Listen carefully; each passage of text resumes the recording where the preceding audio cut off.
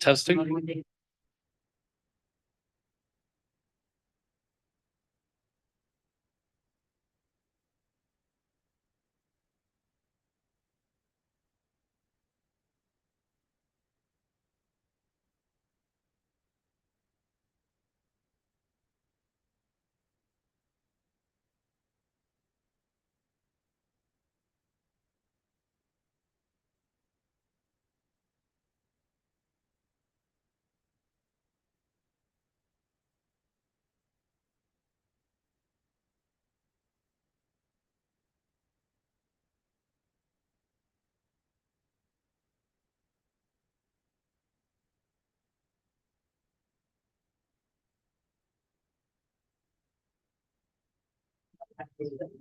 Today is Monday, April 22nd, 2024. We're at the Green Ladle. We'll call the meeting to order at 5:30 p.m. and we'll start with the Pledge of Allegiance.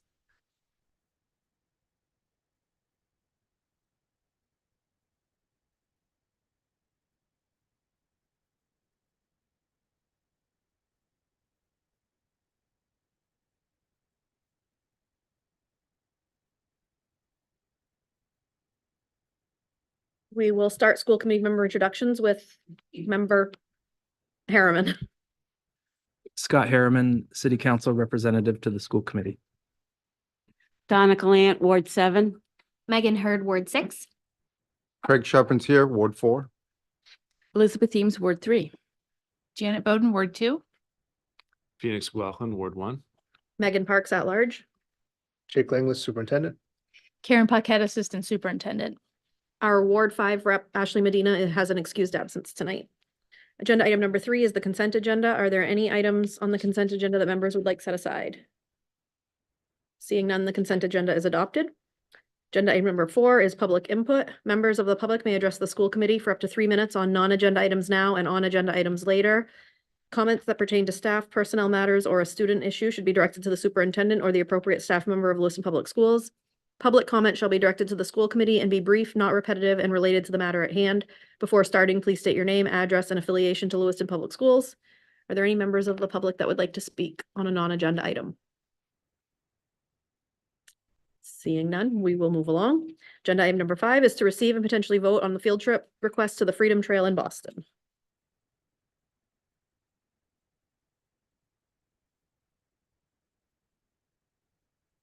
That one? Okay, hello. My name is Katrina Dennis. I teach at McMahon and I'm here representing the 4th grade team. We would love to take our whole grade to Boston. We have been studying the American Revolution and it is the units of study 3 for both reading and writing. And so by taking the students to Boston, it would be interactive where we would go on the Freedom Trail, visit many sites on there, and visit Paul Revere's house. So tour his home and all of the sites along that. The students are so invested in what they're learning and studying, and just to make that a reality, like even today as they were working, they were so excited and oh, I wanted to be like Oprah, like you get a trip to Boston and you get a trip to Boston. So I just would love that opportunity as well as my team to take them. And a lot of them have never been out of the state or seen a big city. So that would just be amazing. Thank you. Great, thank you. Are there any questions or comments before she disappears? Sorry. Member Bowden. Thank you. I think it's a great idea. And I would like to make a motion to approve the field trip to the Freedom Trail in Boston. Oh, and Miss Dennis, do you need anything from us? Financially, is this covered? Are you guys good? Financially, it would be covered. Yeah. Okay, So all set. wonderful. I'll second that. Any other discussion? Member Eames? Just really happy to see it's a 5-to-1 ratio of kids to students and kids to teachers in such a setting. Thank you. All right, all in favor? It is unanimous. Excellent. Have a Thank you fun so time. much. Agenda item number 6 is to receive an update on playground equipment. So that's Bill Grant to come up to the microphone. He might have some more information to share and chime in. But we have, as you know, had some things pop up on our playground. So we've had people or folks come in to look at the equipment, to certify it, look for things that they would say could be risk. Also train some of our custodians and our facility staff on what they should be looking for on the regular basis. Bill's also worked with Director Bro on updating and making sure the training exists, but also their scheduled checks that are prompted by our software system so that they're happening on a regular basis. And this is to prevent things like chains wearing too thin or slides breaking while in use, or having spots on playgrounds where kids could land where it's not as soft as designed to be. And just wanted to share that out loud because we had to more publicly, we had to take some things offline. And I think some parents had some questions about, my child loves to swing and I heard that they couldn't swing at school right now. And just so people know that the answer is we have fixes on the way, parts have been ordered, and we're just gonna make sure that we are keeping things as safe as we can for the kids. And Bill, I don't know if you want to add to that with anything. Nope, I just think that training was a big thing so that our staff knows what to look for different wear parts and stuff. So that was really insightful to have somebody come up and do some training with us. Also, a bit of good news is they've broken ground to put in the playground at Montello. So that equipment is going in as we speak. So that's a good thing. Member Heard? Thank you. Did you assess all of our playgrounds, like at all of our buildings? Yep. Okay. I was gonna say more, but then you kind of acted like you wanted to say something, so I was like, maybe I'll give him a chance. That was awkward, but so did we make like a did we make like do we have like a list going? Is there stuff that's prioritized? Is there things that are like need to happen right now? And how does that covered? So we did create a whole list of things. And again, going through it with the manufacturers was a big thing to see what we had to do and make sure that we have original manufacturing parts on there. So we have that put forth. Some of the equipment as far as how we're paying for it to get done.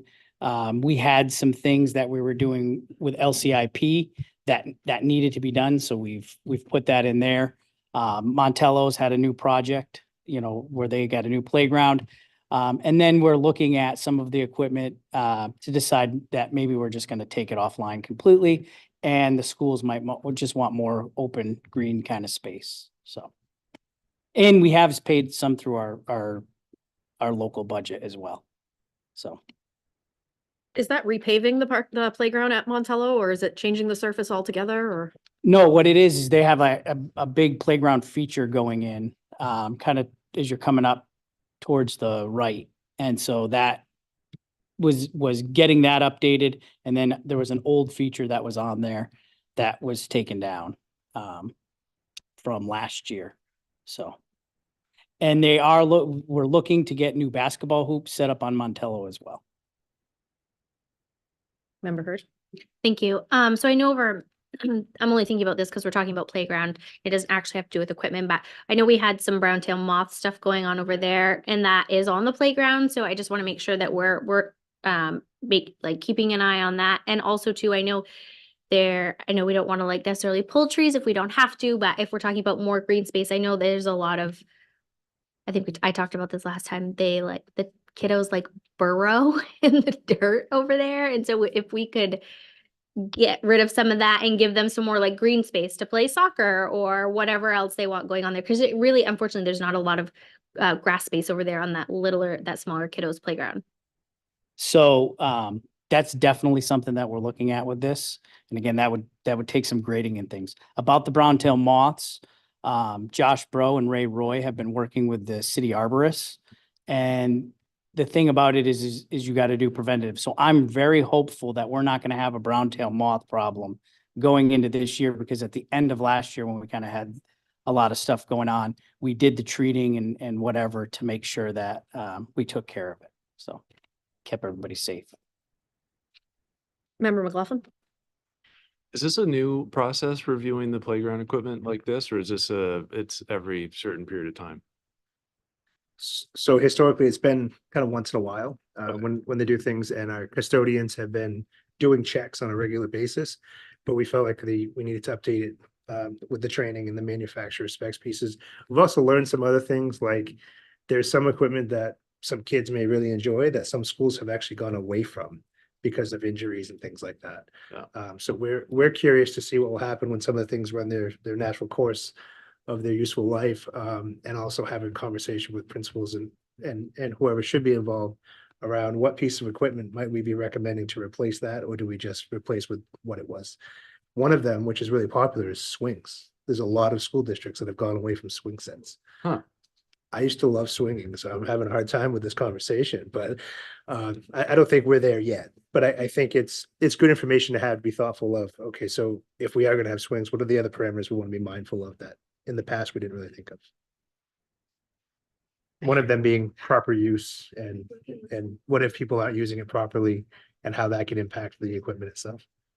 I feel like there's a requirement to say that when I was a kid, everything was tar and everything was metal and hard and dangerous and. Right, exactly. You're 30 feet in the air above tar and that's okay. Member Eames? My brother was sent home with a concussion from a swing set in those days.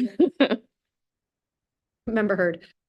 Thank you. So I think too, talking about like green space, we've kind of, I think, have heard from our community that green space is a hot commodity. So if we can, I know it's costly because you have to grade and you have to plant and you have to like do all those things. But if we have the opportunity, if we're pulling things, I think that is also like a huge asset to kiddos too, to be able to have, because you have some kiddos that go home and don't have any green space at home. So if you can offer that at school, I think that's a huge asset.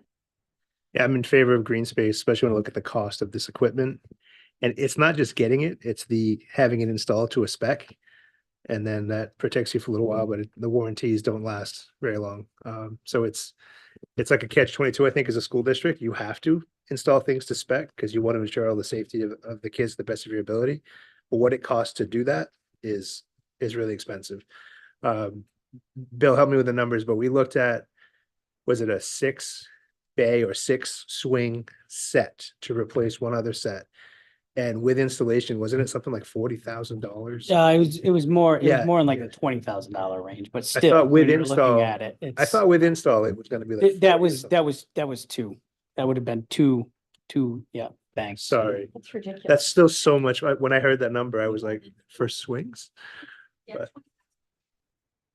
Well, and another thing is right, these playgrounds are open to the public afterwards, so a lot can happen within those hours that we're not there in school. And every time that we've gone, or a custodian has gone to do a building checks, they always see people on the playground. So it really prompted a process of how do we make sure that people are trained to look at this, especially when you have staff turnover, to ensure that we can provide the safest environment that we can. So.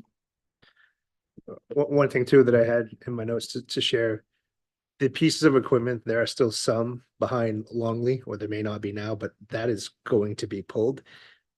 I think very little of it meets any kind of spec. And then once you start pulling pieces of like a bigger set off, you get to a point where none of it meets the expectations of safety from, if you pull a slide off, you can't have an opening. You've got to block that off. So if you pull the slide off and then you pull the stairs off, now you just have a thing that you can climb and fall off two sides. So it just makes sense to pull the whole thing out. And from an age appropriate perspective, from a school base, we don't have students that use those in that way at that school. We have adults, obviously, in our high school program and some middle school students.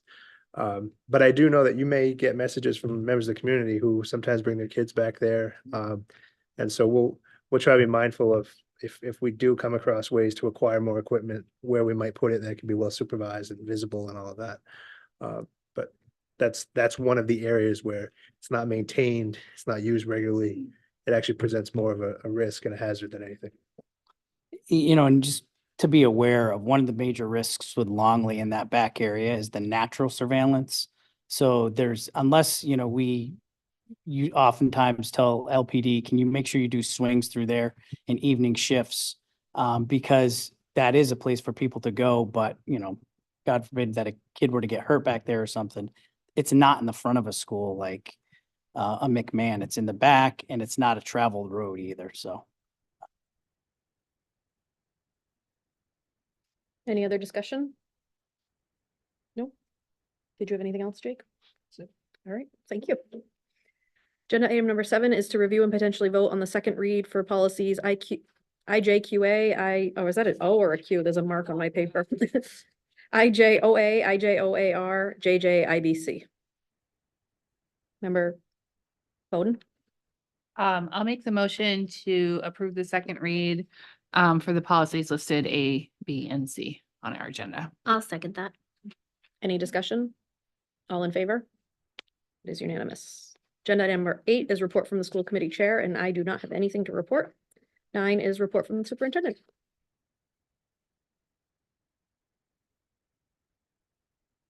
I only have a few things. One question came up about next Monday's meeting, I believe was designed to be an as needed or if needed for the budget. And so unless there are other concerns from the committee, we at this time don't need to meet regarding budget on Monday, 1 week from today. I guess my only concern would be, doesn't city council have a budget workshop tomorrow night where they decide to approve? Or no? So I'm confused on their I've dates. asked Kathy for clarification on that, and she said it's the 1 week out. So Okay. it's not actually tomorrow. So that potential meeting would be before that vote, so that's why we don't need it. I just want to clarify. Right. Okay. And I would say if something pops up out of a meeting, I'd be happy to get back together and make sure we're prepared for the next step.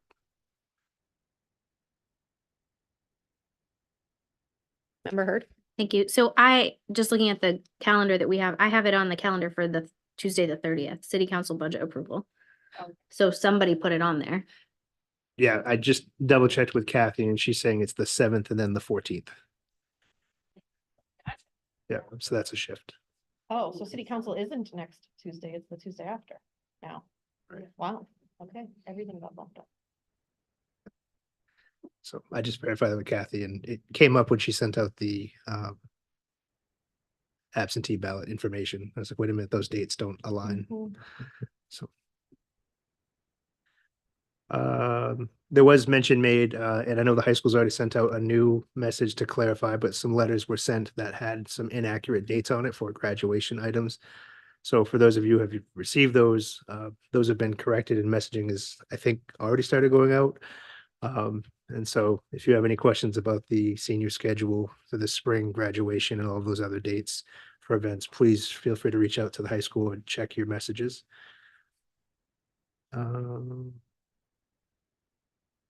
Looking at my notes, that's all I have for now. Yes, Member Heard? Thank you. So, and I don't even know if you know this, but it was in the news, so I thought I would ask. I saw in the news about the Ramada. Do we have any do you know if we have any families that are still there with kiddos attending?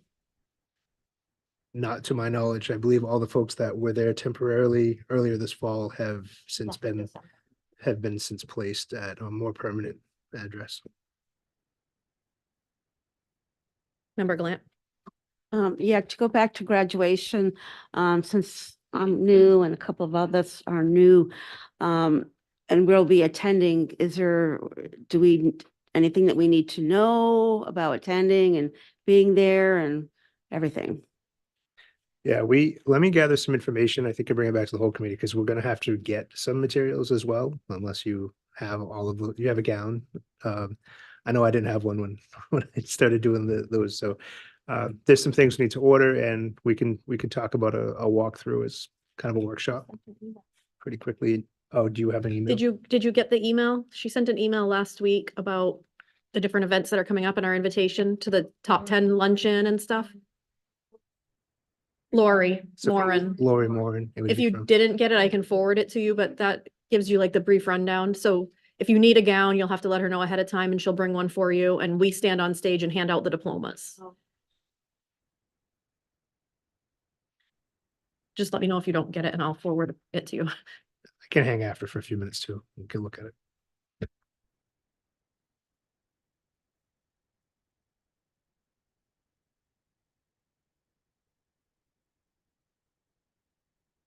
I'll ask it on Mike. Why are we doing the graduation at the Coliseum and not on the field again? Is it just typically at the Colisee and? So we did the field. It's been forever at the Colisee. We did the field for a while, when we tried the field that year. Actually, we tried for 2 years, and 1 year the weather didn't cooperate. Right. And I think, at least from my perspective, part of what we learned is crowd management is very difficult on the field. And the weather in June is so tough to predict. And even if it's a decent day, it's pretty hot in that sun. So I think that's part of the reason why going to Colisee. But I know that using the Colisee had always had a question mark around price, and we share costs now with some of the other districts that use it either. Actually, I think they use them all just after us that following weekend. So that helps deflect some of the cost. And then I just remember some feedback from last year's graduation after it was over surrounding the Colisee and the plexiglass that was up, and it made it hard for people to hear who were sitting in the stand. So is that something that this year, like the plexiglass will be down so people will be able to hear? You don't know? I heard feedback that it was Okay. hard to hear altogether last year, even the Yeah. people that were sitting on the floor. So I don't know if it was a sound issue, It but was I a know that sound there was There was a feedback last sound year that there was issue, a sound issue in and then general. trying to take photos through the plexiglass for people was really difficult. So that was, I just remember that specifically. So I just wanted to make sure it's on somebody's radar. Because I know we're about a month out, so. And the balloons. Every year they say no balloons, and every year people bring a million balloons. So why does that happen? They get in the way.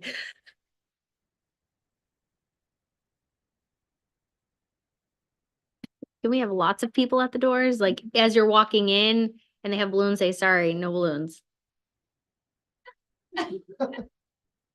If you want me to be that person, I will be that Could you person. see Megan Hurd a couple pins and have her stand at the door? No. I'm actively looking for volunteers to be on balloon patrol. I'll be honest, it's one of those things that's really hard. You have these expectations, and someone shows up for their child's benchmark moment, and they've got all these balloons, and it's like crushing to say, well, you can't come in with them, so you've got to either, I don't know what, give them to Megan so she can pop over. Leave them in your car. It's no different. Hospitals have the same type of thing. Like what if they come in with a latex balloon and the person next to them has a latex allergy? Then you're in a medical situation. So I mean, it's more of like a safety situation than I mean, yes, it's annoying, but at the same time, it could also be a potential health hazard. Okay. See what I can do.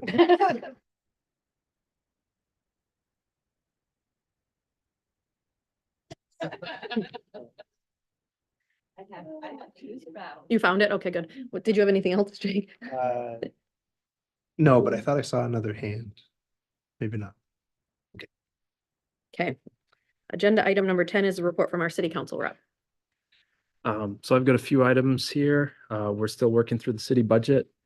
I think Jake is coming tomorrow evening to our workshop to discuss the LCIP items for the school. I'm going to try. I have a NHS ceremony at 6. Maybe I'll be there after. Well, if somebody's there, that would be helpful. So we're doing that. We also recently recognized the Skills USA medal winners from LRTC. And we recognized Caden's Kitchen Food Pantry with the Spirit of America Award for their work at the warming center this winter. You've probably seen the Martell School has come down for the most part. That's mostly on schedule. They did ask for a little extra time to get the foundations out of the ground because apparently it was larger than expected, but the building will still be down on schedule. And then the school budget referendum is going to be May 14th, the vote. And you can do absentee. Yes, you can do absentee ballots. There is there's a tricky thing about you can request the absentee ballots now, but you can't send them back until, I believe it's until the city council approves the budget. And if you send it back before that, it gets rejected. So just something to look out for. Thank you. Agenda item number 11 is updates from subcommittees. Have any subcommittees met? Member Gallant?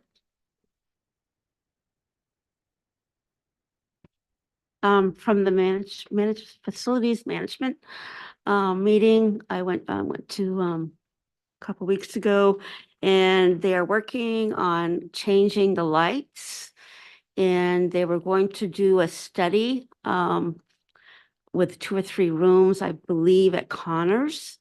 And they were going to figure out the least expensive way to do a turnover, is my understanding. I might have that wrong. So, but they're working on that. That's a big chunk of money. I guess in the schools, they have a ballistic, no, it's not ballistic. What's the name of those little things? Ballast, that they're very expensive, and I guess they're becoming obsolete, so there has to be some changeover, so that's what I have. And part of that, so we have a software that monitors how much energy is being used in a particular room. And so we're going to deploy that software into half a dozen rooms or so. It's actually McMahon, to see what the difference is between the existing and the new. It costs money to put the new in, but we want to see if it saves enough money to make it worth it to continue to create a cycle of turnover with those. One of the bigger issues we're having is, well, you know, from the meetings we have like at Connors, and everything just shuts down on us because of a timer or a switch setup. When those switches fail, if the parts are still available, it's one thing, but when they're not, and we have to have an electrician, whether it's our staff or somebody else coming in as a tech to monitor it, get on the phone, try to fix it, rewire it because the parts don't exist. It doesn't do what it was intended to do. And now we've spent thousands of dollars on one room's servicing of lights, whether it's through salary parts or a combination of labor. And we're putting in the old system that doesn't even function as efficiently as the prior. But I don't see us having the funds to just jump in and say, we're gonna do this whole school right now. But I do think we could create a rotation and see if it saves money, and if it does, talk about what we want to bite off. Any other memories? The policy subcommittee just met. We went through a big pile of rules, so hopefully next time we'll get a big pile from policy. And then curriculum people, the arts folks are meeting. Is that happening this week, Sue? Yes, no, just the elementary art and music are meeting. Yes, that's what I meant. Yeah, so it's continuing. Thank you. Any other subcommittees have met? Nope. Agenda item 12 is community announcements. Member Gallant?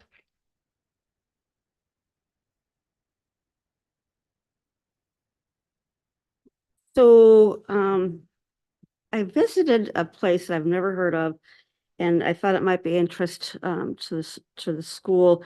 It is called Looking Ahead Clubhouse, and it's on Main Street. It's I never knew it was there. So I went in and looked at, we went in and we had a tour, and it's for people, at least they have to be 18 years old. They have to be receiving case management services, and it's for people with mental health diagnosis like anxiety, on the spectrum, things like that. And what they do is they train and they do different things for education and jobs. So basically, they're like a job support people. They have what they have job development. They have it's a house, and they have like rooms with computers in it so people can learn how to do computer work. They have socialization classes on, everything from how to dress for an interview to doing interviews. They have, I kind of call it job shadowing. They have programs that last from 6 to 9 months where you go and you learn a trade or like cleaning, how to clean buildings and stuff. So they have contracts, I guess, with some people here in Lewiston that do that. So I just thought it would be something that might be helpful for the people that maybe are in the special needs classes to go forward with. So just wanted, if anybody wants to look at it, I have a packet, so thank you. Member Reeves? I've tutored over there for a couple of decades already. Yeah, so it's very worthwhile. So I would recommend it. Okay, so I wanted to mention the healthy neighborhoods. It's like bulky waste collection on May 3rd for the Tree Street neighborhoods. And there, I think it's 114 Pine Street where you have to bring your stuff. But they will also, if you contact them, and there's a QR code on the material, if you contact them, they'll come and get it, which is new this year. Or I guess they've reintroduced it from years past. For a few years, they didn't do it. So I just wanted to mention that. I thought this was a forum that might be a good place to mention it.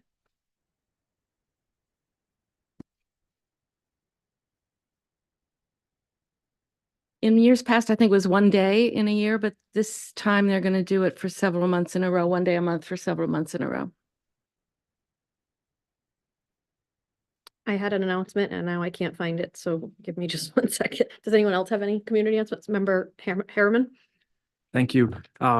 There was a playground on Knox Street that was a city playground that was removed at some point last year, somewhat inadvertently perhaps. And just wanted to let people know in case any parents were watching from that neighborhood, the equipment has been ordered. There's kind of a delay in the shipping and ordering process. So it looks like it's going to arrive in late June and should be installed shortly after that. So that playground will be back online. This is a school community announcement. Leslie Reed, who's a 4th grade teacher at Farwell, was chosen as one of 25 people from around the country for the Teaching Through Maps Institute program for the summer in Portland and Boston. And I just wanted to acknowledge that because she's an amazing teacher and she's doing amazing things. And Connors is doing their 100-foot sandwich this Friday. And I know that school committee members were invited to attend the handing out of the 100-foot sandwich. So I think it's actually 110 feet maybe at this point, but a huge sandwich at Connors this Friday. Does anyone have any other announcements? Oh, yes. Thank you. I just wanted to mention that the McMahon Fun Run is on Sunday. Saturday. Thank you. The 5K starts at 8 and the color run is at 9. You can also register the day up. So see everybody there. All right. Agenda item number 13 is future agenda items. Member Bowden. Thank you. So at the end of our last meeting, I kind of missed half of it, but we did have a parent that showed up to speak to us about Eid and taking that off, you know, just the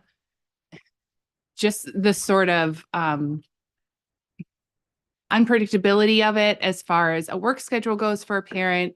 And so I think it's worth a discussion on whether or not, you know, we should continue to have that day off as a school district. You know, it's not a national holiday. It's definitely unique to Lewiston, but I think it's worth having another conversation about it, especially where we did have somebody come and wanted to talk about it. So I think we should have that on the next agenda to discuss. Member Hurd. Thank you. I have 2 things. So the first one is to kind of add to what Member Bowden said. And I had brought this up when we talked about the calendar a little bit. And I think part of that, of the holiday and the early release days, so McMahon just happens to have an early release day this Wednesday. So we're coming off of a vacation. Kids have 2 days, then they're off for a half day. So I think the issue with Eid and these random early release days is it's hard for parents to plan. It's hard for them to find childcare. You have older siblings who maybe aren't going to school, but because they have to stay home to take care of their younger siblings. So I think it's just an all around good conversation to have about all of it. So whether it just be holidays, early release days, how we plan those on the calendar, where they fall, is there a way to, you know, not put an early release day 2 days after a week-long vacation. And then the other thing I had was I wanted to know if we could get an update from the Green Ladle from their trip that they just took over vacation. Because I did see some things on Facebook that they did share and it looks like they had a lot of fun. So I would love for an update on that.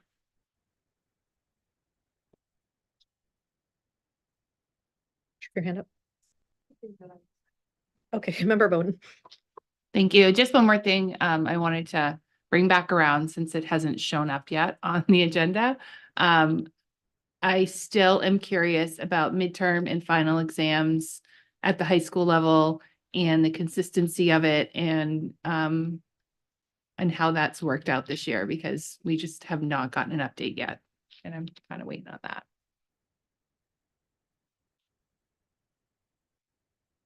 Any other future agenda items? Agenda item number 14 is to adjourn. Is there a motion to adjourn? Moved by member Bowden, seconded by member McLaughlin. All in favor? School committee is adjourned at 6:06 PM.